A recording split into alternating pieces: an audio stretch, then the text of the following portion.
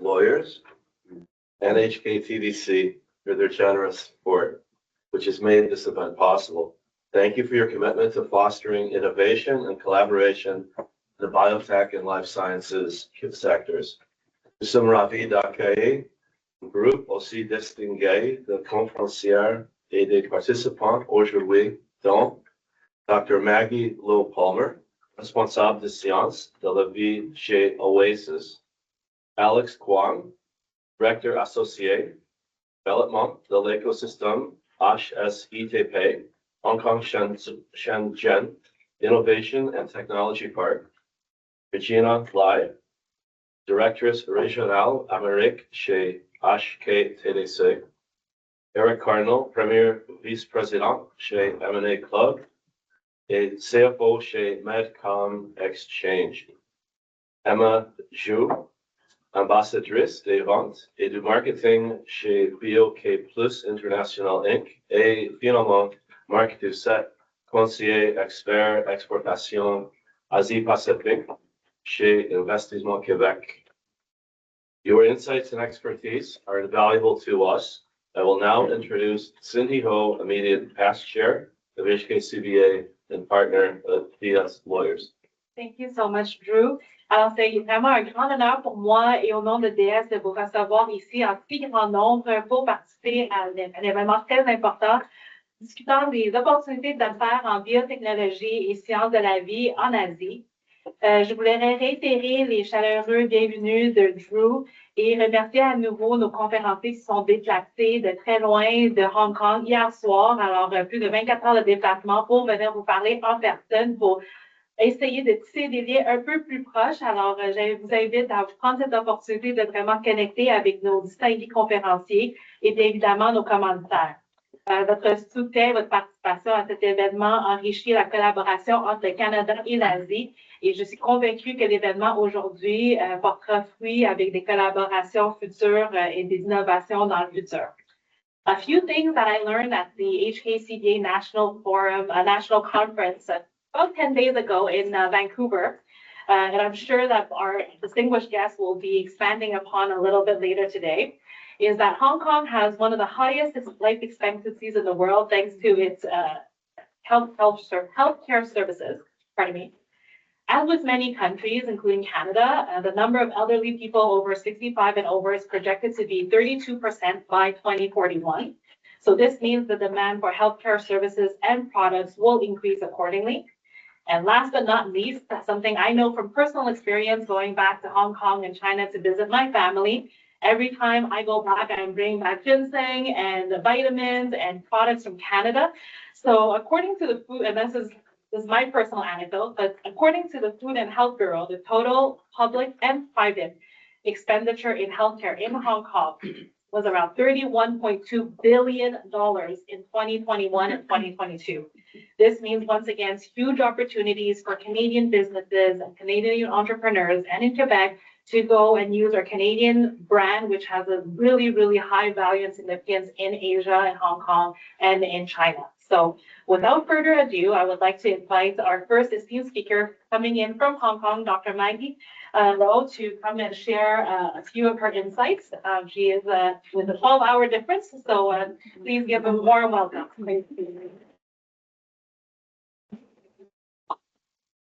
Good afternoon, everyone. I'm Maggie, and I'm here joined by Alex, who's on the ecosystem, like one of our technology part. So I'm the Life and Health lead for Office for Attracting Strategic Enterprises, part of the Hong Kong government under the Financial Secretary's Office, tasked to support the wider effort to support the national goal for Hong Kong to become an international innovation and technology fund. We focus on 4 sectors: all innovation technology, life and health, AI and data science, fintech, and advanced manufacturing, and new energy. We prioritize 2 types of company. First is global names. Second is companies with leading edge technology. And what matters to us most is the technology you're bringing in and talent you're introducing to Hong Kong. OASES, you can see it as a super connector in and out of government. So we are under the Financial Secretary's Office, so Hong Kong government number 3, basically. And within government, we've worked very closely with the Health Bureau, who's responsible for registering new drugs and devices. And then we have the public hospital operator, the hospital authority, as well as the much of the funding schemes are Innovation Technology Industry Bureau. So we're here to inform, to help you make an informed decision whether to be serious about Hong Kong. We're here to listen to your plans, to your priorities, and we're here to open doors. Nothing is too small. Our mission is fairly simple. We're here to move barriers, to make it as easy as possible to land and expand in Hong Kong. Why Hong Kong? We are the only strategic location that can serve both mainland China as well as APAC. 4 hours flight away from all the key financial markets, 5 hours flight from half the world's population. The perfect place to do business and to do leisure. So come to Hong Kong to live. Hong Kong's already known as the international financial hub, home to 80 of the global banks. They have a presence in Hong Kong. We have world ranking in terms of aviation. We are the busiest airport since 1996. We have IP protection, so you name it, we have it. Of course, for innovation technology businesses, keeping the cost low is important. We have a very simple tax system. Profit tax, 8.2 million Hong Kong dollars, 8.25. Anything above that is 16.5%. Income tax is incredibly low, capped at 8.15. That's it. No sales tax, no VAT. Very simple to keep the cost low. Hong Kong's always welcome talents internationally and from the mainland. That's the beauty of Hong Kong. We can both have talents. And since COVID, we've introduced even more schemes to attract technology talent, as well as this new one called Top Talent Pass scheme. So if you're a graduate from a top tier university, you earn an income of a certain level that you can support yourself and your loved ones, then come to Hong Kong to explore without a work visa for 2 years. And then it will take time to make the decision whether you want to relocate to Hong Kong. 2 years just to come and explore.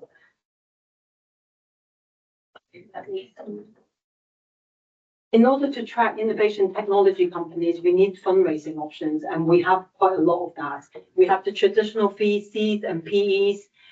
Invest Hong Kong have a dedicated family offices.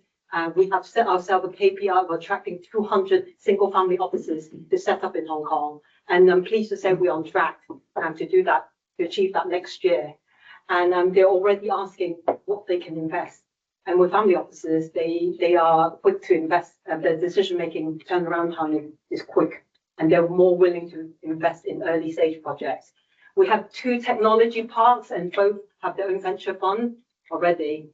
And we have the government, Hong Kong governments are willing to invest in the right ideas, companies with the right ideas, right companies with the right ideas. Through the 2 billion Hong Kong dollars Innovation Technology Venture Fund, that's already up and running. There's a list of co-investment partners online already, so you can approach those.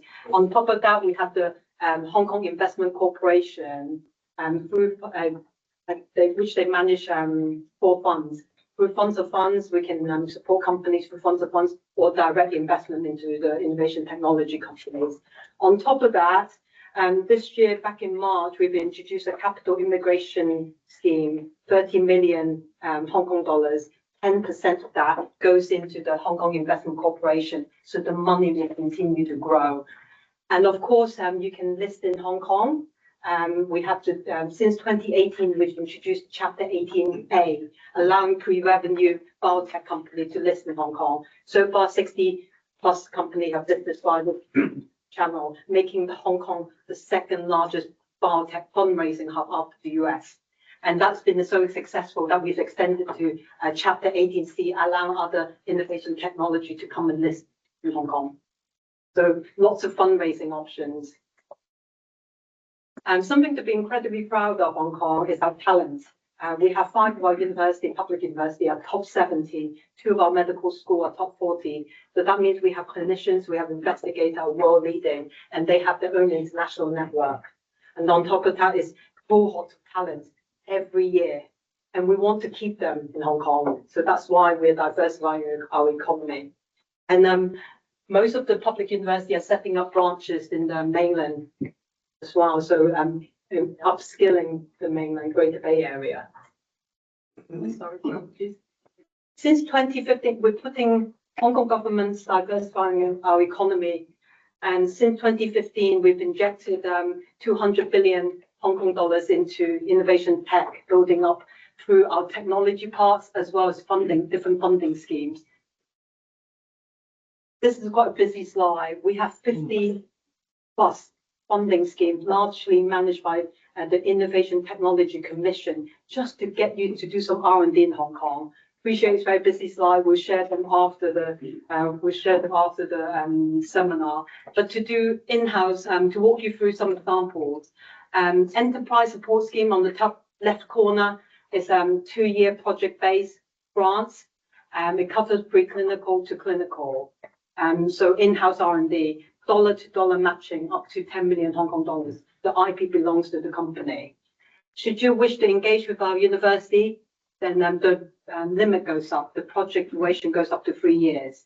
On top of that, last year we've introduced we try to encourage more industry to work with our university through the research academic industry 1+ sector race plus scheme to incentivize industry to work with our university to turn an idea to prototype, prototype to commercial stage through 2 phases, 5 years. And through the first stage, Hong Kong government appreciate it's a high risk, so we're prepared to come in at 2-to-1 ratio. And the second phase is less high risk, so 1-to-1. So for those 2 funding schemes, the universities are applicants. And one thing we can do, we have done, is to introduce companies to the relevant principal investigators. So if you have, say, dementia, we have a specialist center managed to look after to serve the dementia. If it's liver cancer, we know who are the leading clinicians in Hong Kong, for example. We are here to open doors. On top of that, we know once you qualify for these two funding schemes, you can claim 40%. Once you complete the project, you can claim 40% of the cash R&D cash back. So literally giving it back to you. We know talent matters. We have the research talent hub to basically provide a wage subsidy to fund research staff. One company entitled to 4 research talents. We're looking at, for postdoc, we're looking at 45,000 Hong Kong dollars a month for 3 years. So if you were to hire 4 postdocs for 3 years, it accumulates to 6.4 million Hong Kong dollars on a reimbursement basis. So lots of funding options. On top of that, we are trying to increase our smart manufacturing. So we have fundings to incentivize smart manufacturing. We are seeing some companies taking advantage of Made in Hong Kong because we have free tariff agreement with ASEAN and with certain countries. So they get free tariff arrangement if they export using the Made in Hong Kong brand. We know Hong Kong market is very small, and Hong Kong is used for a launch pad. So we have promotion scheme just to incentivize companies to use Hong Kong to attend trade shows abroad, as well as building their brand in Hong Kong. We have funding to support as well. We have 2 technology parks, the Hong Kong Science Park and Cyberport, and both have different priorities, and they've been established over 20 years. If you're looking at life and health, then you'll be the Hong Kong Science and Technology Park based in Sha Tin. Currently, there are 270 life and health companies operating there. Both are, just to confuse matters, they have their own funding schemes within each park, from idea to acceleration, and they have their own investment arm. So they will invest in the right companies, and they also will connect you with the right investors. And then Alex is looking after the 3rd park, because that's currently under construction. Yeah. You want to share a line? No, go ahead. So this is the 3rd park. It's the 4 times the size of Science Park, so 87 hectares size-wise. And there's Hong Kong government working with Shenzhen government. 1 zone, 2 parks, 1 zone, 2 parks, and 1 country, 2 system. So if you're talking about IP, it's Hong Kong law, common law, common law. And the beauty of this place is free flow. There will be special policy on free flow of talent, free flow of file specimen, and free flow of data. So this is a very special area. You can use Hong Kong to attract overseas talent as well as talent from the mainland to keep the cost low. So the bigger picture is Hong Kong is diversifying our economy. The south of Hong Kong, the night view you get to see is will continue to be an international financial hub, but we're devoting financial commitment as well as 1/3 of our land, starting with the third technology part on all things innovation technology purposes to complement the development of the Greater Bay Area, the 9 cities in southern China. So Cindy already mentioned we have a sophisticated dual track healthcare system, public and private, so 2 markets to tackle already. And each year we have policy addressed in October to announce the key policy. Back in 2023, 2 major announcements. First is we're establishing an international recognized primary review of drugs and devices. Secondly, we're strengthening our clinical trial platform. And the ultimate goal is to meet mainland regulatory approval as well as international regulatory approval. So you don't have to repeat twice. And then another beauty of Hong Kong is our patient data. Our hospital authority looks after overseas 43 public hospitals with a centralized patient healthcare record, 11.5 million patient records dating for 29 years. And we're slowly opening up that data set through collaboration with university or as a tenant at the Hong Kong Science Technology Park. We're slowly opening up that data set. We know that clinical diversity matters when it comes to clinical trials. So we already have 4 centers that are clinical trial centers that are regulated and recognized by the mainland authority. So as well as overseas regulatory approval. So you can do 1 trial that will meet multiple regulatory approval. So we're on the path. We have a clear roadmap of developing our own primary review of drugs and devices. And one thing to mention is our special channel. That was established in 2020. Hong Kong registered drug that with critical needs and devices can be used in 45 designated healthcare institutions throughout the Greater Bay Area, a population 86 million, effectively bypassing the mainland regulatory authority. And that's expanding. So we have a green channel. So this should give you a flavor to use Hong Kong. If you were to do trials in Hong Kong, we'll make it faster. And we'll work with the Greater Bay Area to even make it faster because of the patient number. And we have a special green channel to get them into the mainland. So, of course, we work very closely with the Hong Kong Trade Development Council every May. So mark your calendar. Every May, we have the International Healthcare Week. And you can meet with investors, you can meet with end users, we can meet with distributors.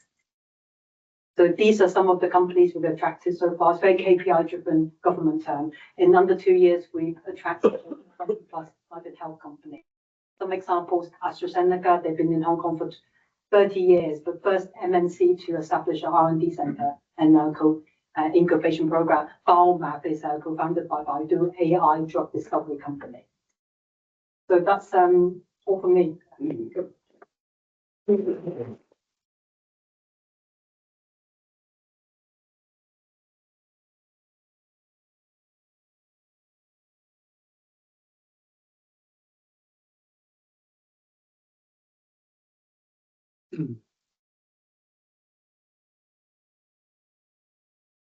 How's I'm doing?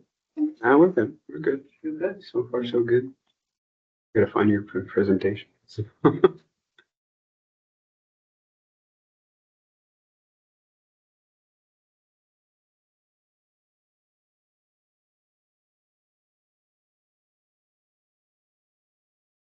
Okay, great. Thank you, Maggie, as well as thank you to DS for hosting this, and thank you for inviting me. I'm Regina with the Hong Kong Trade Development Council. So writing on, I don't need to speak much because Dr. Loh already has said why, but I want to cover a little bit about the macro of what's happening in Asia. and then, to what. And this is actually the recent October, the World Economic Outlook by the IMF, International Monetary Fund, and they have issued, their outlook in this year as well as next year. So the global economy looks like a growth this year and next year to be 3.2. Okay, and if we look into advanced economies, it's much slower, an average of 1.8 next year, and then but the emerging and developing economies is up to 4.2. So if we look into the next slide, which if you can read. So if you compare, the US in this year will be about 2.8. The global average is 3.2. Next year, they have revised the US to 2.2, and the world output is looking at 3.2 on the GDP growth. Canada's not, this year is 1.3, and next year is 2.4. So where's the growth? It's all on the emerging and developing economies. So it's average of 4.2 this year and next year. So China, they have revised this year to be 4.8. Next year, they're looking China to be 4.5. India, high this year, 7. Next year, 6.5. And then actually, if you look into some of the Asian, if you they have breakdowns into the smaller countries, a lot is in Asia. And that's why, there's a lot of the growth momentum there. So looking on a little bit is, there's a lot of news that you cover. Mostly, I think you learn a lot about the politics, the geopolitics and how it affects. But I think the news media now have taken sides that a lot of the really genuine business news, economic news are not fully covered in this part of the world. And that's where I come at. There are two big thrusts over in Asia that is moving the momentum. One is the Guangdong, Hong Kong, Macau Greater Bay Area. And then the other is the Regional Comprehensive Economic Partnership, where we call OASES. So I'll go into the Greater Bay Area, the Guangdong, Hong Kong, Macau Greater Bay Area. So this is an area that covers 9 cities in the Guangdong province, as well as 2 special administrative regions, both Hong Kong and Macau. So all 11 cities make up the Greater Bay Area. Again, I'm testing your eyesight again. So this is actually a breakdown into 11 cities. So on average, these 11 cities have a GDP per capita of around US dollar 22,800. So this is a very high end. So Hong Kong, Macau is on the higher side. Hong Kong is over 50,000. Macau is 69,000. That's the latest figure. Some of the other cities are lower end, but it has a population of 86 million. Okay, so Hong Kong was never a market, right? People use Hong Kong as a springboard, for a financial center, for a sourcing hub, right? But now with this economic cluster of 86 million, what does it say to you? What does it mean to the world?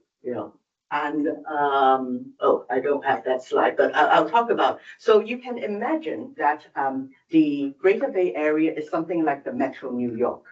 So in New York, where I live now, so there are Connecticut, there's part of Jersey, there are these neighboring states that form part of the Metro New York.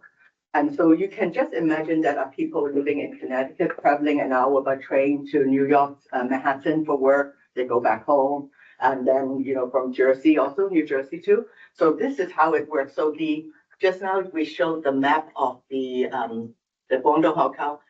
The whole area can be reached within an hour. There's high-speed trains, very connected, very comfortable, and pricing very reasonable, especially comparing with North America. So it's a very livable place. And as we shown just now, because there are some cities in that Guangdong, Hong Kong, Macau, Greater Bay Area that is much lower in the living cost. And that is why when we have in Hong Kong, we have the most expensive property pricing. So a lot of people cannot afford to buy a flat or to mortgage a flat. So because of the connectivity in there, they could have a choice to live somewhere outside, Hong Kong or outside Guangzhou and in the cities. But it's still they can live here and enjoy the space, the living standard, and they can work in other cities within the Greater Bay Area. So this is the whole, I guess the greater vision idea of it. And so the connectivity, which is already very well done, and now we are connecting into, so the people of movement are there. We're working into a lot of the health, as well as just now about wealth, connectivity. So all in all, the opportunities in the Greater Bay Area is extremely large.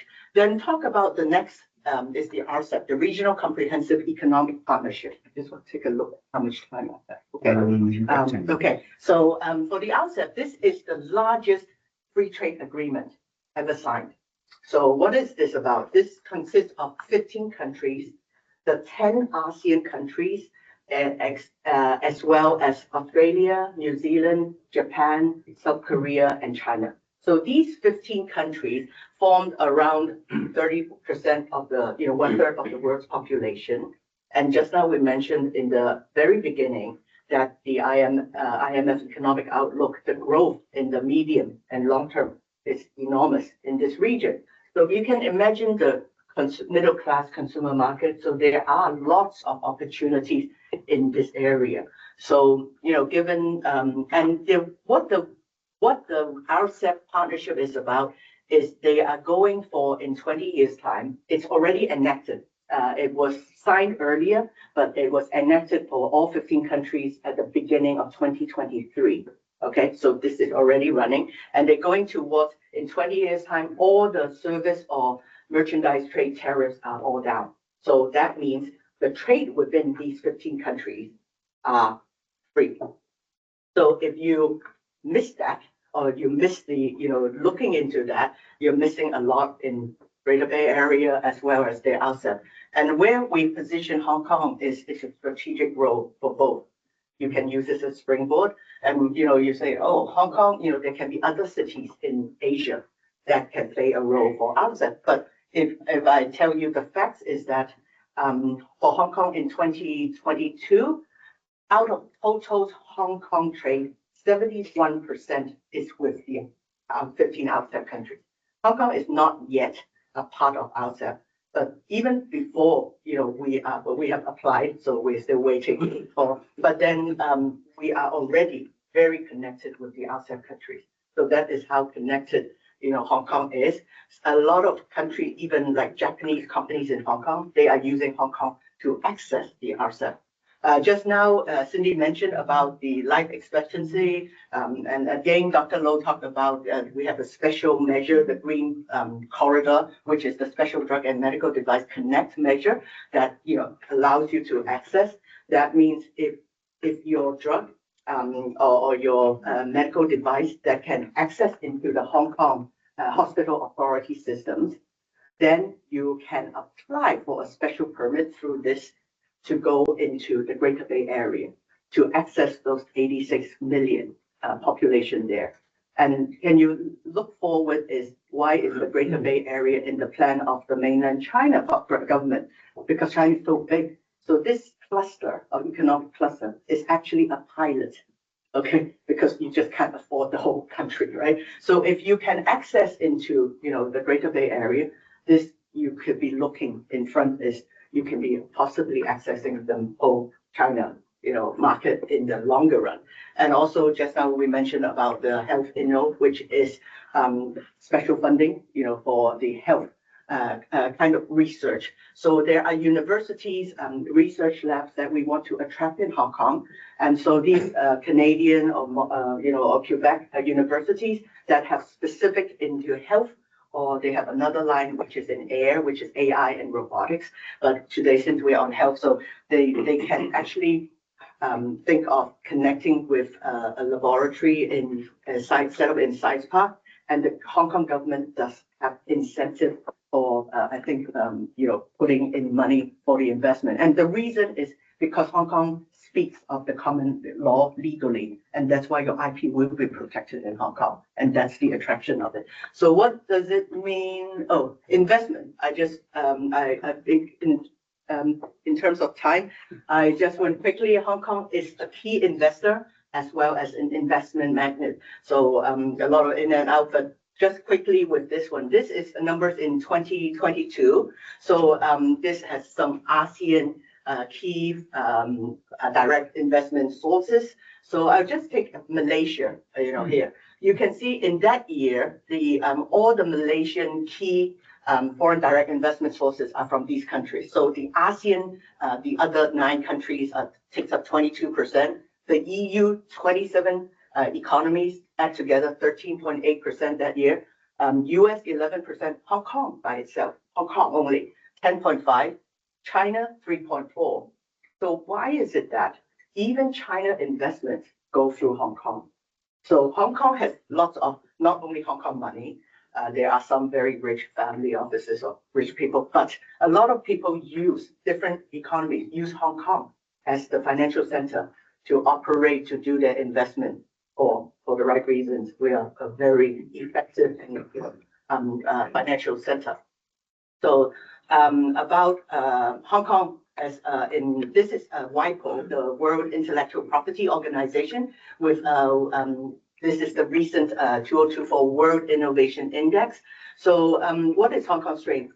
So we are part of the top science and technology. I have 2 more minutes. Okay, so the science and technology clusters, Hong Kong is part of the Shenzhen, Hong Kong, Guangzhou, which is ranked 2, under the WIPO index. And if you look into the strength of each market, they have all these input breakdown and output breakdown. So Hong Kong is not, best in everything. But one of the better things is this is Hong Kong, this is China, this is US, and this is Canada. So in the input side, market sophistication, Hong Kong is ranked 2nd after US. Okay, this is Hong Kong's strength, definitely. But in the output, knowledge and technology, Hong Kong is 58, but mainland China is 3. And that's why, because Hong Kong, we have the Greater Bay Area and the position we are part of China, right? So we bundle together, Hong Kong has the best to offer, in the intellect, in the innovation, area. So very quickly, what does it have to? You can get these handouts outside, or the organizer can send you the soft copy about what TDC does. We organize. Actually, we are specialized into business matching. So we help companies to get matched. We do a lot of very sectoral platforms, mostly sectoral trade fairs. We have organized 30-something, and we organize another 10 sectoral service conferences. And so these are listed out. We also have market intelligence, and these are free of charge. So going into kind of today's theme, we have 2 events that I think it would be interesting, for people who are looking into. One is the Asia Summit on Global Health, which Dr. Loh just mentioned. It's every year in May, only 2 days, a conference. We have a lot of international speakers, participating. And one of the things that actually, which is the most strenuous and things that the back-end team works on, is understanding what your needs are, what your preferences are. And we do a lot of the deal-making meetings. Because, you just go in, people just don't know what you need, right? And 2 days pass by. So we do that pre the event. So whatever we do the setup, the matchmaking, not that we can force the other participants to go, but other participants also have their preference, and then we pre-match that ahead of time. And then whether it's investment, whether it's countries. So this is the past year in May 2024, that so many projects and investors were involved. So a lot going on. And then another concurrent event is the medical and healthcare fair. This is more merchandise trade into the smart health area. So it's concurrent together with it. So it's part of that healthcare week in Hong Kong. So whether you are bringing in a commercial, like a ready-made device, or whether you're looking into, developing it more for the Asian market, or whether you're looking investor, into your in R&D in any area, Hong Kong can be a perfect condition, platform for you to consider. So with that, the major exhibit, you can get this, afterwards. Oh, I just want to mention that we will also have a participant. We do organize the TDC Invest Hong Kong, as well as the Economic Trade Office and the Canadian Trade Commissioner, as well as the federal government. They actually to help organize a delegation to go to the events, whether as establishing a booth at the event or whether it's a delegation to visit, the summit that I just mentioned. So this is going on. We just had one this year. We had one last year. We will be organizing one for the upcoming year. So if you're interested, mark your diary for May each year. So that's from me. And I have a colleague in the other room, Martin, as well as in Toronto. We have a Hong Kong Trade Development Council office based in Toronto that handles the whole of Canada. So wherever you are, we can always be of help together with Invest Hong Kong and the Economic Trade Office and the government. Thank you.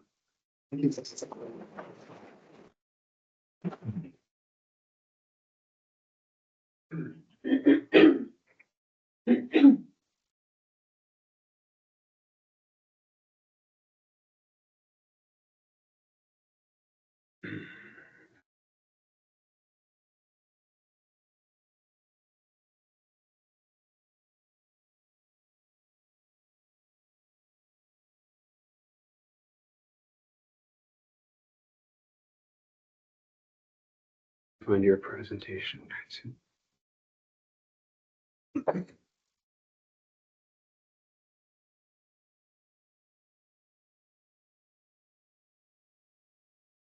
Yep, you're on. Oops, you're at the end now. Oui, bonjour tout le monde. Hello, everyone. My name is Eric Cardinal. I've been asked to speak here today, perhaps very different from what you've heard so far. Let me give you a very micro picture of what it is to do business in Hong Kong. So I thought I would start my presentation by telling you a little bit about who I am. I've been an investment banker for over 20 years, closely creeping up on 30 years, I think it is. So I have a lot of experience in doing mergers and acquisitions, both on the buy side, on the sell side. I also do a lot of financing mandates and raising equity. So we, my partner and I, Drew Dorweiler, who introduced the conference today, we started a business about 7 years ago, and we were in Hong Kong for about 4 years. We had offices there. So my experience here today is to let you know how it really is from a field perspective to do work in Hong Kong. A couple of things that I put up there. I've been a delegate to the Asian Financial Forum, which is the largest financial conference that happens in Hong Kong at the beginning of the year. It's the first conference, I think, that kicks off the conference season. I see everyone from Hong Kong nodding right now. The conference attracts about 4,000 delegates, if I remember correctly, and it is the biggest financial forum in the world. I've had the pleasure of assuming the role of economic mission leader out there. So what I do is I lead the delegates, the Canadian delegates, to the conference. We help people to adjust to the climate in Hong Kong and to understand where they should be at the conference and what they should do. I've also had the pleasure of talking at the Consulate General's house every year that I go, which is a fantastic networking opportunity. So if there's anybody out there, I've talked to a few people prior to this conference that are looking at doing business in Hong Kong, I strongly recommend that you attend that conference. It's probably your best way to get introduced to the business world in Hong Kong. If you do, by the way, just a small commercial, we deal with HKTDC and we facilitate access to the Asian Financial Forum. So if you do that, please contact us and we will help you to attend the Asian Financial Forum. I'm also here in my capacity as a CFO of a small medical education company, which is called Medcom Xchange. What we do is we are a repository of medical information, and we put together conferences that address very specific diseases. So we attract doctors, we have lots of KOLs on our team and things like that.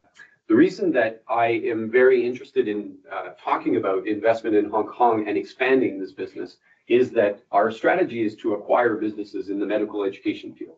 So we are looking at, we currently have a target. I'm working on putting together the capital structure to make the acquisition of the small medical education. And we are looking to grow our mass of medical education so that we can eventually have a repository where we can put it into applications that will be offered to patients that have the disease. We are starting with breast cancer, but as you can imagine, our app would be modular and it would be pushed to other types of cancer, prostate, lung, brain, and everything else. So I'm very interested in partnering with some of the investors in Hong Kong to see if we can grow this company and make it a worldwide success.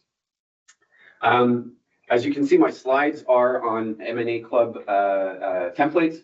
I'm also part of the M&A Club, which is the largest mergers and acquisition organization in the world. We started the club about 15 years ago, and we are now past 2,000 members. We are pan-Canadian, so we have clubs all over Canada.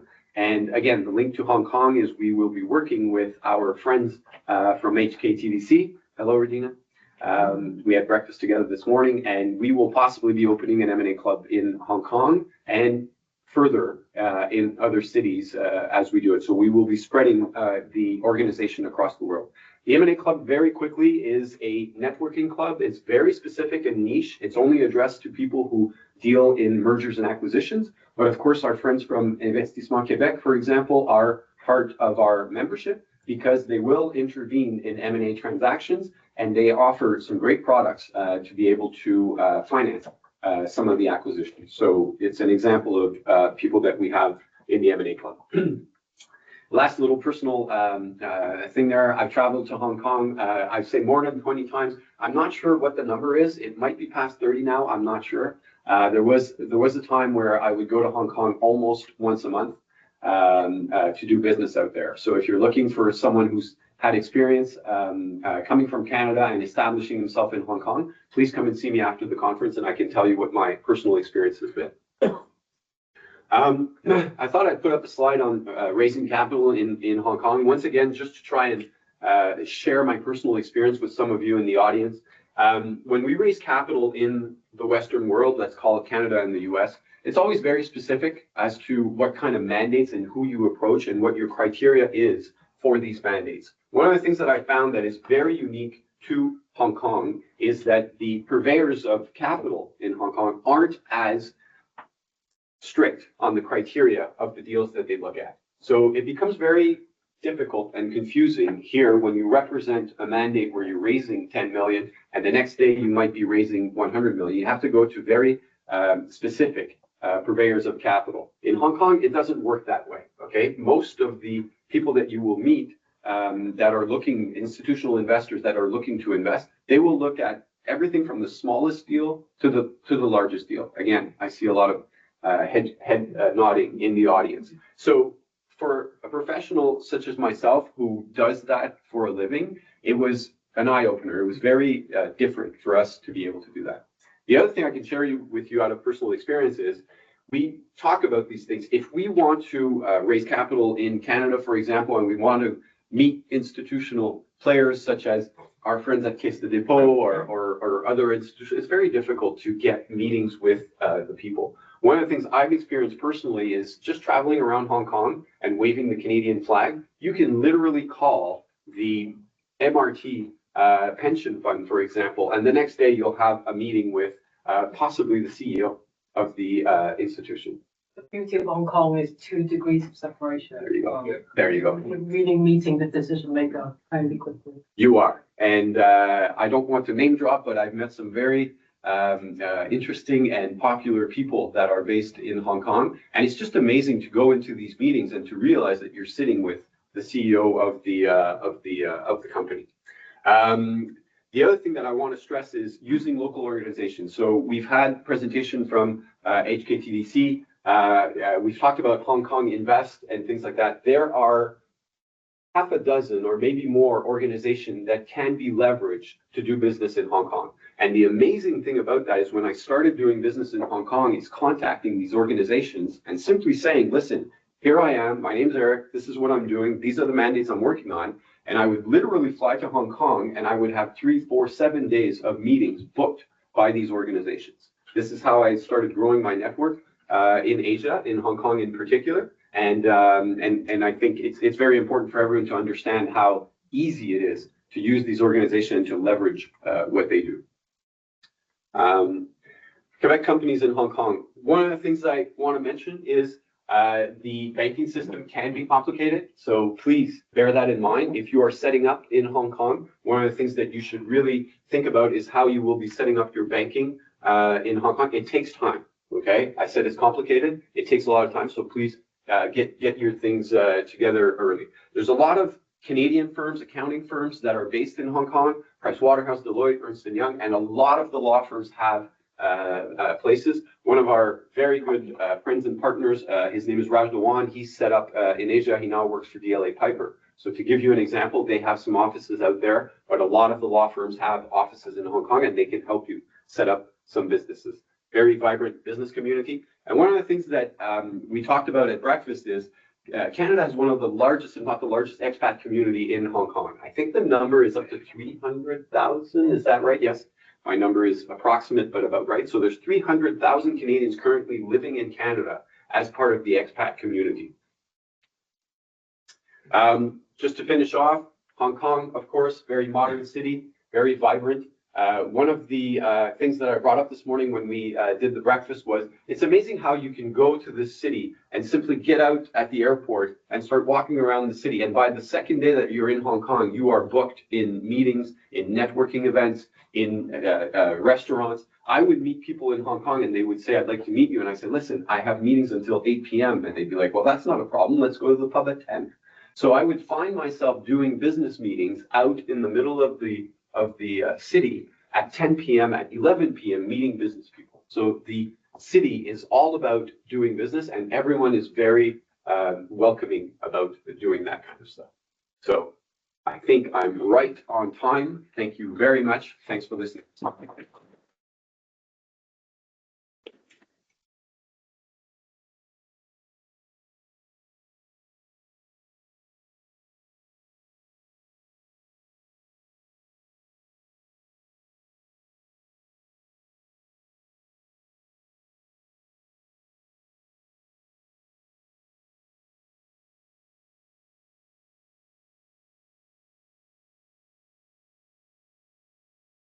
Everyone, my name is Emma. I am an ambassador at Biotech, and I was also part of the delegation this summer at the Hong Kong International Healthcare Fair and the ASGA Summit. So today I'm going to be talking about Biotech's successful story of entering the Asian community via the Hong Kong platform. So honestly, Biotech chose Hong Kong as a logistics hub center and just as a center because of its special location and its close relationship with the Hong Kong government. So just a quick company overview on one of the top 10 science companies in Greater Montreal. Biotech was founded in 1944 and covers basically one of the largest probiotics manufacturers in Canada. We have products ranging from drinkables to capsules, but for the purpose of exporting into the Asian market, we are focusing more on capsules right now. So what makes Biotech stands out is the fact that we have free IP technology that are only used by Biotech. And the reason why we chose Hong Kong is because while working with R&D centers, our IP technology is protected, and that is very important. And something else is Biotech has a very large amount of clinical trials going on that are published by very prestigious journals.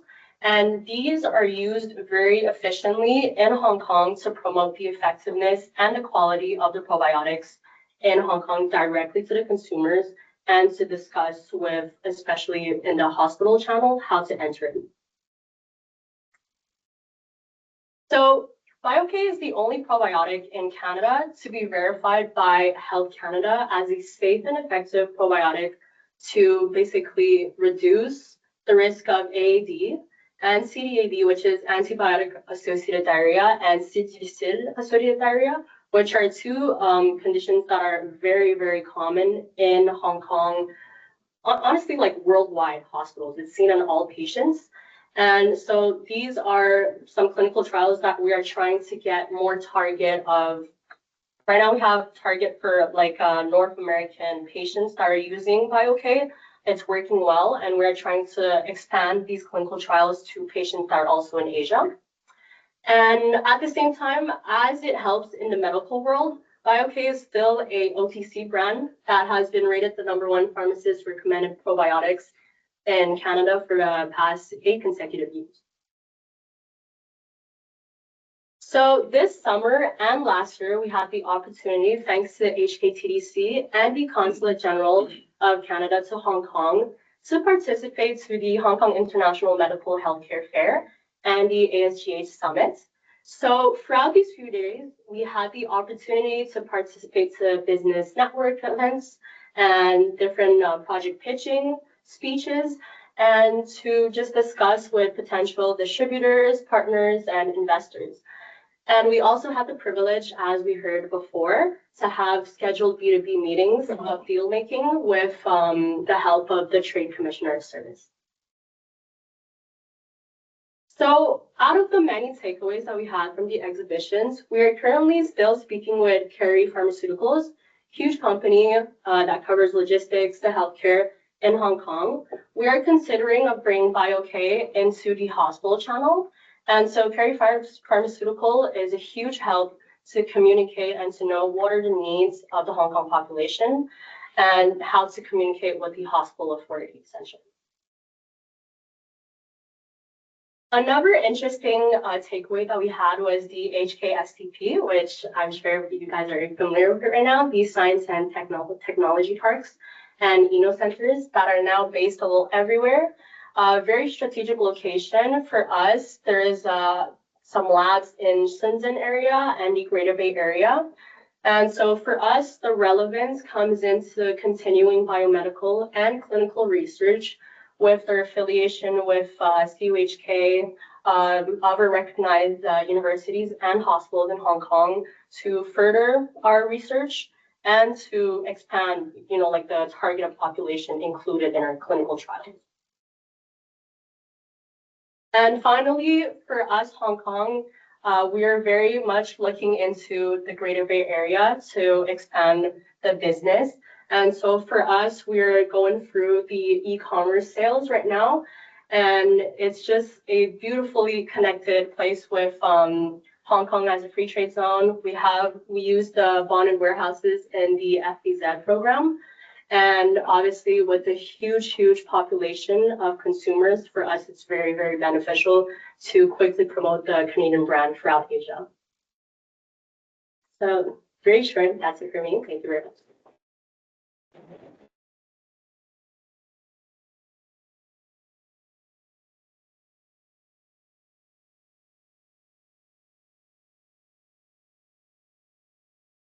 That's me, something cool.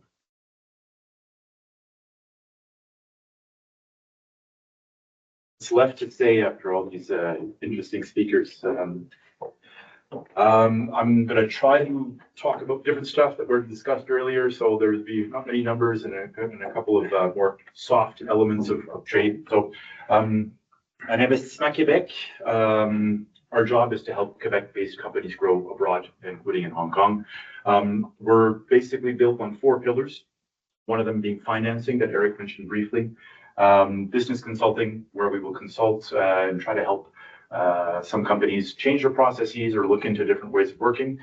Technological support, in which we help Quebec-based companies improve the equipment, manufacturing processes, or internal processes to help them grow. And finally, the best part, international, which is comprised of both foreign direct investment and exports, where me and my colleague Cynthia work. So we have offices across the world, over 36 offices on all continents. The closest one to Hong Kong is in Shenzhen. We also have offices in Shanghai and in Beijing, which are the closest ones.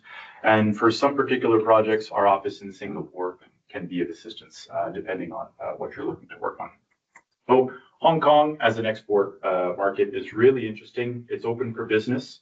The good side of that is that there's an ease of doing business. There's a transparency. There's a rule of law. When it's open for business, it's also open for business for competition. So my main message today is it's important to do your homework.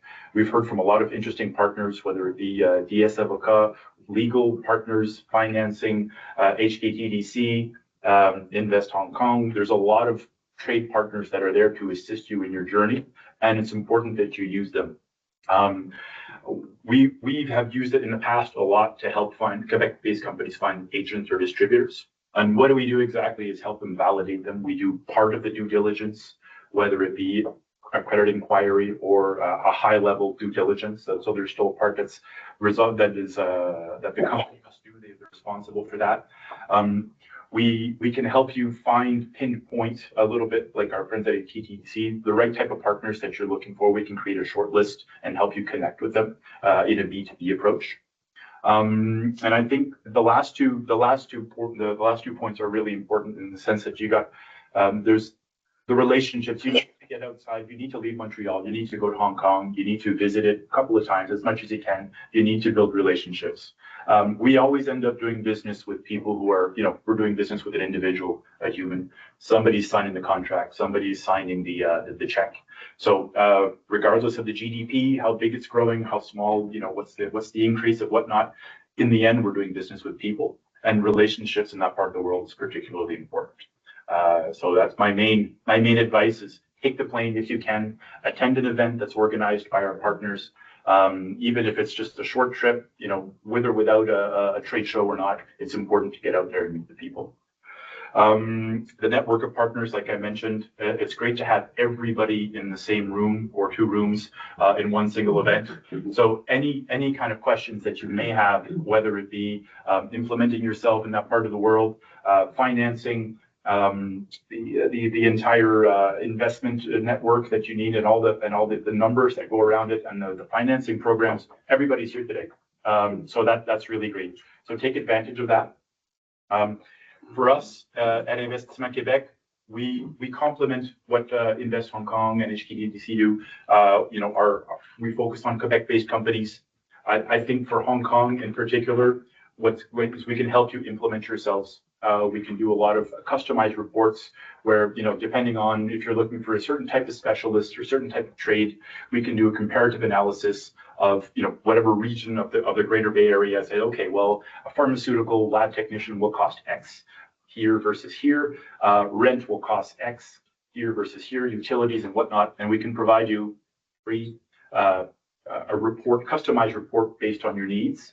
And along with that, you can talk with the other partners to actually help yourself implement yourself legally into a company in the market. So there was a lot of things that have been said, so I don't want to be repetitive. So I did cut my presentation a little bit short.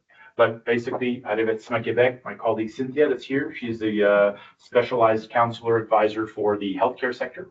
Some of you already know her. I take care of a geographical approach, including Hong Kong.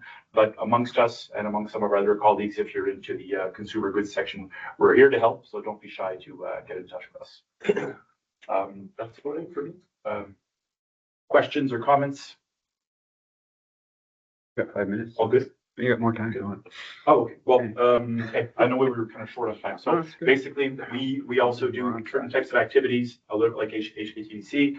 We participate in trade missions. We also do something that we call a roadshow, which is basically, it's not revolving around a trade show per se, but we'll take 2, 3, usually 4 companies where we have a specific B2B agenda, and it's not revolving around a specific event. We also have our accueil d'acheteurs. My English is dissipating, but basically we bring foreign buyers from other places to a specific location. So for example, if we're doing a trade show in Malaysia, we can invite and pay for part of the bill for Hong Kong buyers to come. Most recently in the pet food and animal sector, we had a delegation of buyers from Hong Kong come over, and we organized the B2B meetings in our offices here in Montreal. So not the right sector, but in the end, it's a type of activity that we can do. So if there is really a lot of interest to meet with a specific buyer, We can help you organize the meetings here in Montreal, more often not in our offices just across the street, and pay for a portion of the bill for the event for the companies to come. So we do a lot of due diligence before we actually, there has to be a genuine interest on both ends before we actually put the bill. But those are type of activities that we can do to help you, grow your business abroad.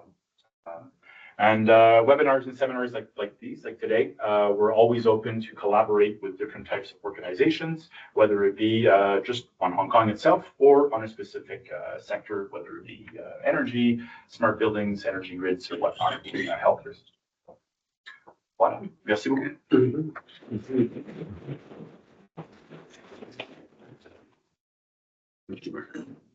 Anytime? Q&A time, yes. All right. Yeah. Good afternoon, everybody. My name is Christopher Chen. I'm head of Invest HK for Canada. I'm one of those agencies that our friends at Investissement Quebec, at OASES, HKTDC have been mentioning. Right now is the Q&A period. So the questions will be directed towards all parties. It's not specifically towards my organization, but still as a background as to who we are. We're the ones who created this event. We're the ones who brought up the idea towards HKCBA-Montreal chapter, who's been kind enough to be the organizers for this. It was our idea to make it life science specific, and I'm very happy that IQI, Eric, see you everywhere, M&A Club, are so kind to take part. So if anybody has any questions, feel free to ask, but I think what I will do is I'll help spur the crowd into getting some obstacles, challenges in the process of expanding in Hong Kong, moving. So I'll just start with a question for OASES, for Maggie, and possibly for Alex as well. What are the sweet spots? Biotech, Medtech, life science sector is large. What are the specific subsectors? What are the specific sweet spots that are currently in demand in Hong Kong? I'll start maybe. Our public hospital, we're going through a major reform in our healthcare system, starting with 2016. Our public hospital operator, Hospital Authority, have launched a 10-year program, and we have a centralized tender system all online, and they tell you what they're procuring. Basically, you can actually physically go online now to see what they're looking to buy and who are the contract winners. And then the 10-year program will have 10,000 beds and 19 operating theatres. So they're really changing the way we do delivery care. And we have launched the we've been late in the game in primary healthcare, but we've launched a primary healthcare commission this year, starting with diabetes and hypertension, disease-specific cohorts. So we're moving from community care, primary care, secondary care to tertiary care. We're changing the way we deliver care, and that comes in with opportunities. So it's very exciting. And so the advisors is relatively easy at this point in time. You don't have to register to start your clinical trial. So we have lots of new Olympics, for example, recently partnered with one of our medical schools, Chinese University of Hong Kong, to start doing clinical trials because there's no registration required. And then our Dean of Medicine at CUHK are actually helping to launch to not just the teaching hospital, but the 43 public hospitals. So medical device is a good one, and biotech, obviously, because we are strengthening our clinical trial platform. Anything that Alex might be able to elaborate on that, but we are strengthening our platform so we only have to do one clinical trial to meet both international and mainland. Well, I would say that for sweet spot, right? Technology like because of the special region or special zone in our part, as well as a Hong Kong position to leverage Hong Kong and international standard. So I believe that would be around like precision medicine, companion diagnostics, or even advanced therapy like cell therapy. That would be the trend, how to leverage Hong Kong as a hub to If you want to, assess some Chinese patient data or Chinese, biological sample, this is the place you can handle all the sample within the region. You cannot do it anywhere else. So that again, coming to all the technology wise, cell therapy or precision medicine, that would be also helpful to develop your technology here that can, for the Caucasian sample as well as the Chinese sample, you can have a good mix to make sure your technology is working in both, in both parts of the world. Yeah. So that would be general idea for the sweet spot. Yes. Thank you. Thank you. For a question that's geared toward both Investissement Quebec as well as the different agencies representing Hong Kong, for all the Quebec companies that are intent on expanding to Asia, Hong Kong specifically, is there an ideal candidate in terms of size, capitalization, labor force, or even technology, and what can they do to prepare themselves? Because moving overseas is a complex and not cheap process. Start off. Yeah. So we don't have a threshold per se in terms of size of company or overall revenue. Obviously, for a startup, it's a little bit more complicated because you'd end up putting all your eggs in one basket, and there may be a little bit of risk associated to that. It depends on your technology, your service. If somebody has a really niche, specialized high-tech product, there's always, we work with all sides of companies. At Investissement Québec, usually International, we usually work when we're exporting to Asia. Most of the companies have already exported somewhere to Europe or to the United States, so they're seasoned. They're usually, I would say, mid-sized, 10 million and above per year of revenue. That's the unofficial threshold. But we do work with some companies that are smaller. We do work with some companies that are startups. However, majority of them are bigger. And again, to kind of bounce back on the other point, depending on the network of partners that you may use, you may be able to tap into some financing. You may be able to get some subsidies for exports. Investissement Québec does have a portion of subsidies that renews every year, and it dries up really fast. I think you guys know that, but where you can get, depending on the size of your business, different types of subsidies that you can use that are all dedicated to grow your business and focus on exports. So depending on the size of your company, you'll be eligible for a certain type of subsidy or, so I don't know, if you guys want to add something on that? Maybe the beauty of Hong Kong is we have lots of distributors. You mentioned like Kerry Pharma, that's just one. We meet with a lot of distributors who have all their hearts into localized product. The beauty of that, we help with dysphagia product to measure the liquid consistency for those with swallowing difficulty. And it's a small product, but the fact that we have a distributor who's gone out above and beyond to connect with our speech therapists, and they're trialing it in Hong Kong population, and then that's a gentle way ease into the mainland, because our dietary is different. We have Chinese soup and we have Chinese dessert, and then the thickness of it is really important. So testing it. So they are doing it for basically free. So just want to get you to bear that in mind. We have distributors who are ready to serve, and they are often exhibiting at the Hong Kong QDC level. Add some little things, sorry, but you may have complementary businesses, but you may be as businesses looking to talk to some of the same buyers. Mostly Cynthia, if there's a couple of 3 or 4 buyers that you're looking to bring from Asia over here, and that's another way to maybe access the market indirectly with a lower cost for the business. It allows you to validate, make sure you're talking to the right buyer, and the different organizations involved can help kind of with that part of the diligence that you want to do. So that's another service that we offer that's fairly recent. It's not very well known. We only do it once in a while, but sometimes if it's for a sectorial approach, if there's no competitiveness amongst each other and you're complementary, but you are talking to the same buyer, sometimes it can be worth having a couple of food for thought.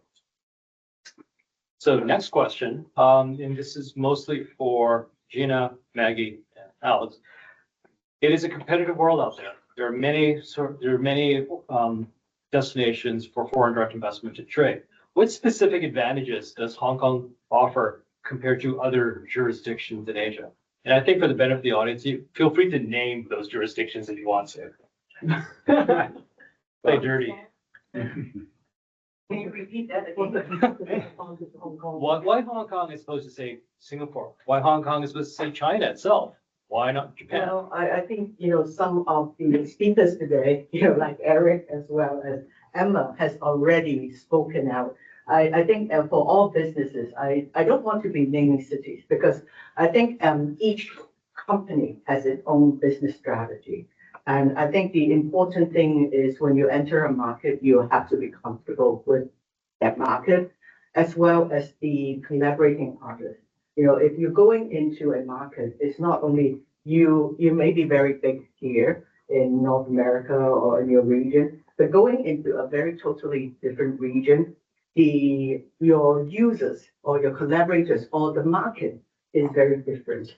And also, just like Dr. Low just mentioned, in Hong Kong, because we have been an outward-facing economy, since we started to be the Hong Kong that you all know. And so our businesses are very commercial and they are very practical. Mm-hmm. And also they are very strict on, because we run on common law. So they are very at par in speaking the business language that Canadians or North Americans are used to. So unlike some emerging markets, there are different ways of doing. So in Hong Kong, one of the beauty is the government incentives that you see or what Dr. Low shared is all open transparent. Mm-hmm. There's no hanky-panky. The government would prioritize a specific sector without telling, and then you find out in the news that, oh, there was this investment. Hong Kong is a very level playing ground in whatever size you are. And I think as a business, you want that, right? You don't want another country or another, competitor to be coming in because there's another backdoor. But it's something that there may be some economies that do that. And so that's why you apply. But because Hong Kong has always been a very open economy, and I think that is something that I treasure. And I think all businesses, whatever size, treasure because there's no unexpectancy. But I'm not saying it's easy because you're not tackling Hong Kong only. You're tackling the region. So it's very competitive. But I think you can find suitable partners that can work with you there. And so I'll leave it at there. I'll let the other speaker. Beauty of Hong Kong is the only strategic place that can serve both mainland and APAC. So that's what I want to say. And fundraising option is increasing. And that's important when you have innovation technology companies because the R&D journey is very long.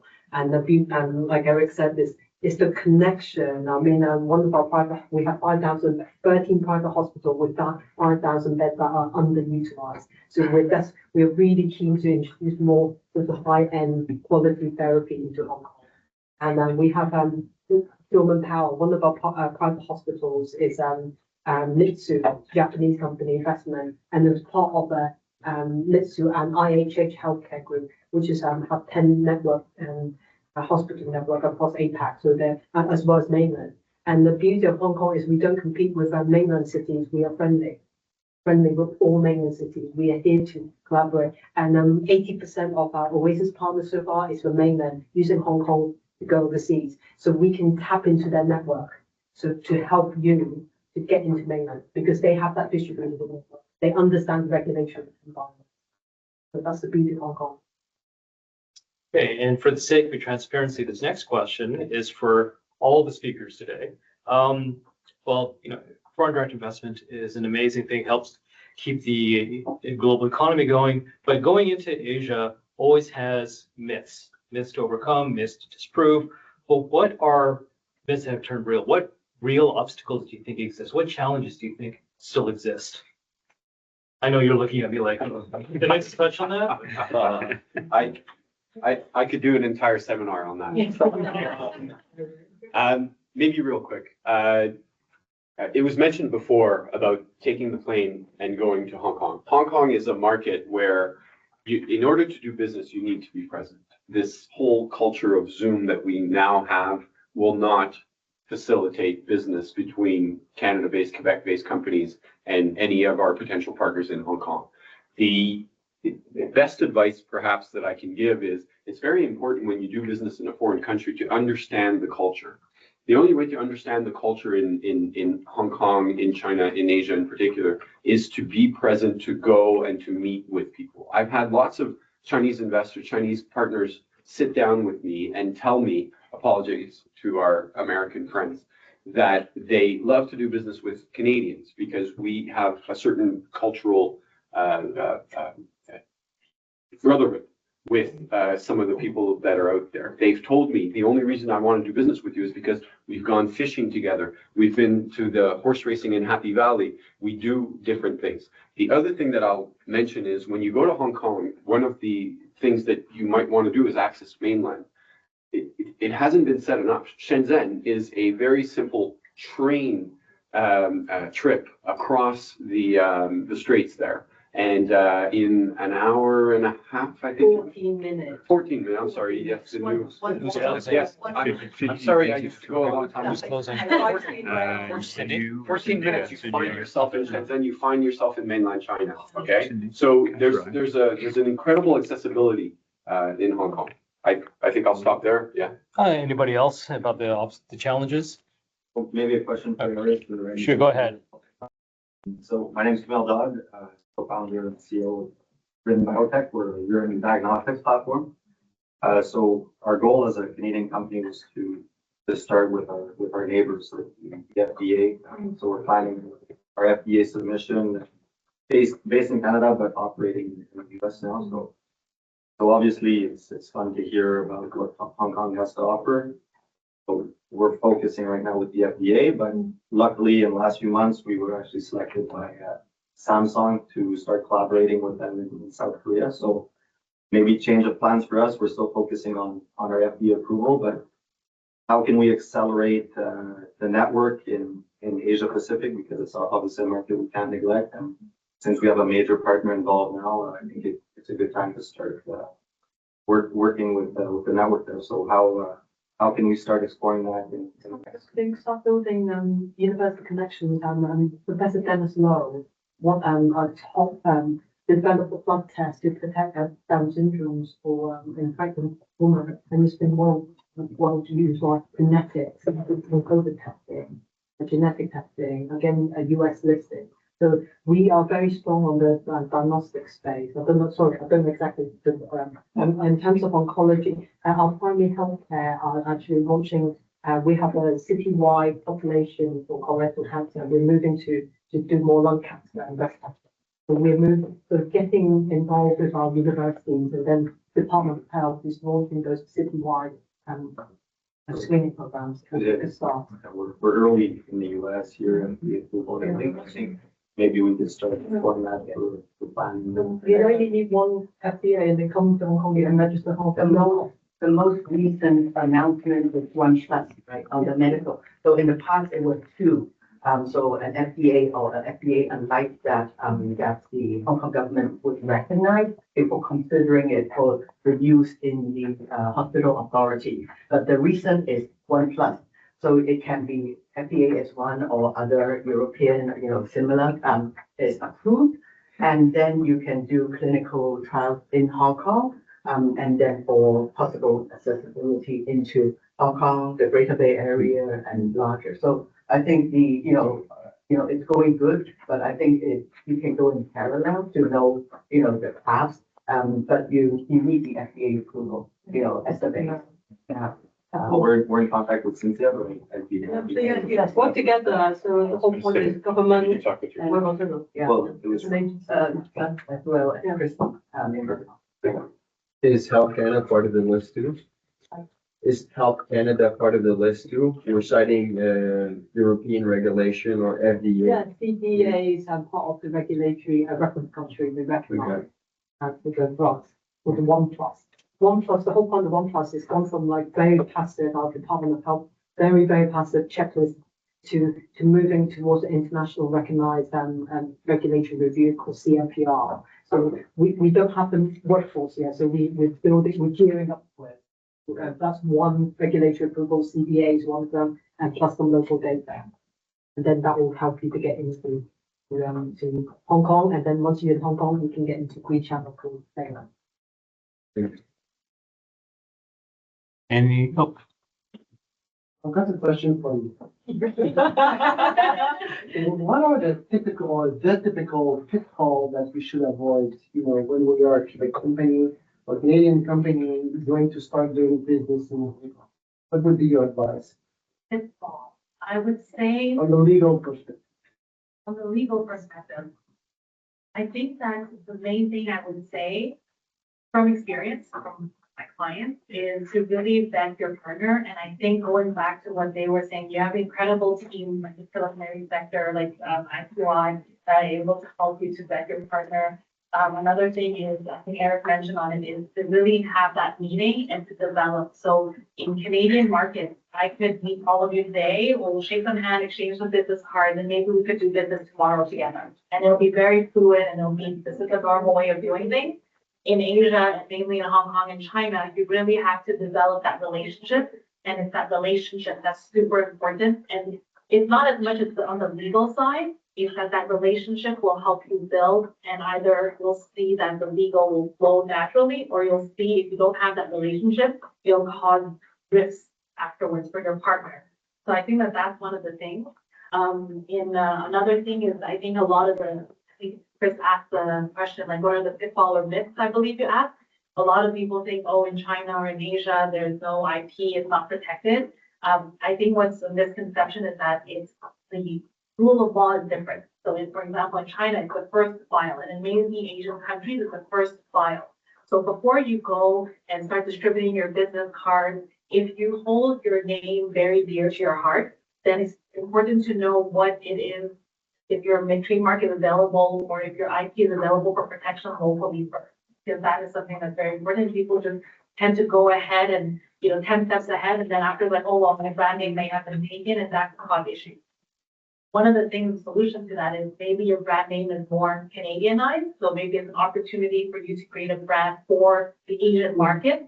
There's many success stories that they've heard rebranded. So Coca-Cola has a wonderful name in Chinese. Every drink, every gallop, every sip brings you joy. So there are ways to be able to really develop and find solutions to different issue. I think it's just about having the right partners from a legal side, making sure you're investing.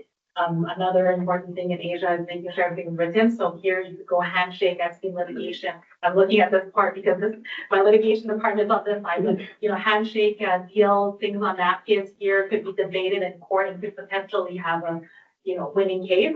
In Asia and many Hong Kong and in China, it has to be written. You have to make sure you're talking to the right people. So a lot of the times you're talking to certain partners, you think like, okay, Cindy is a partner, but you don't actually check in Quebec. We have the digitales on Japanese to make sure, oh, Cindy is a partner at DS, I can talk to her. Well, sometimes you have to actually check the equivalent in Hong Kong, in China, to make sure you're talking to the appropriate people who have the authority to put you in a binding contract and to put that purchase order, to put all of those things in place. So there's a few things. I don't know if I answered you. I could add on that, based on all the sectors that we work with at IQI, is that a lot of them have a very distinct approach for mainland China in terms of IP protection, and they do have a different brand, which is distinct for a lot of other places. And just to add on, like, I've spent most of my life in the private sector, so if it was easy, anybody would do it. So to think that, when we see a lot of nice numbers and positive growth, it's important to talk to the network of people that are around you to do your homework, like I say all the time.